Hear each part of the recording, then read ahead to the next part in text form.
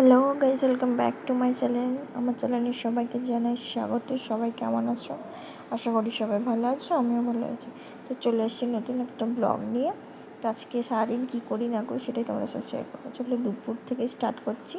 এখানে ভাত, লাঞ্চে আছে ভাত, ভাপসে মাছ, চিংড়ি মাছের ঝাল, আর এখানে একটা ঝোল আছে তরকারি। যাই হোক, এই দিয়ে গেছে খাওয়া দাওয়া হবে। তো এখানে যে পাপান মুড়ি ভাজছে, তারপর দুপুরবেলা শুতে চলে এসেছি। তো প্রিয়বাবু তো ঘুমিয়ে পড়েছে, পাপান মুড়ি এখনও ঘুমাচ্ছে না, জেগে আছে। ও না ঘুমালে তো আমিও ঘুমাতে পারবো না। এই চলছে।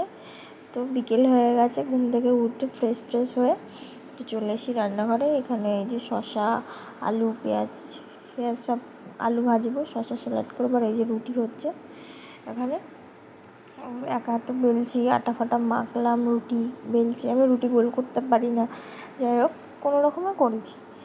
তো এই যে কে আমার মতো আছো যে রান্না ঠিকঠাক পারো না, কমেন্টে জানিয়ে দাও। রান্না কেন, ঘরের সমস্ত কাজই ঠিকঠাক জানো না, কে আছো একটু বলো কমেন্ট করে। তো যাই হোক, এখানে আমার রুটি মোটামুটি হয়ে গেছে। তারপর আমি আলু ভাজবো বলে আলু কাটতে বসে পড়েছি। এই যে আর স্যালাড কাটবো। তো স্যালাড কাটা হয়ে গেছে। এই যে দেখো, শসা আর গাজর, পেঁয়াজ দিইনি, টমেটোও দিইনি। আর এখানে আমি আলু ভাজার জন্য সরষে করে আলু ঝিরি করে কেটে নিয়েছি। তো এর মধ্যে দেবো হলুদ, দেবো আর নুন দেবো, দিয়ে ভালো করে মাখিয়ে নেবো, কিছুক্ষণ রেখে দেবো।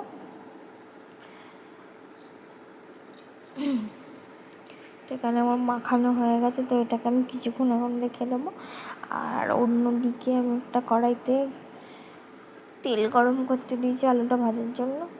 তো আমি কিছু দিচ্ছি না ফোড়নে, তো শুধুই ভাজবো, কোনো কালো জিরে বা লঙ্কা টঙ্কা কিছুই ভাজবো না, দেবো না, কারণ প্রিয় বাবু খেতে চায় না কিছু। যাই হোক, তো এই যে এখানে আমি আলুটা ভেজে নিচ্ছি। তো এখানেই আজকের মতো ব্লগটা শেষ করছি। সবাইকে জানাই টাটা।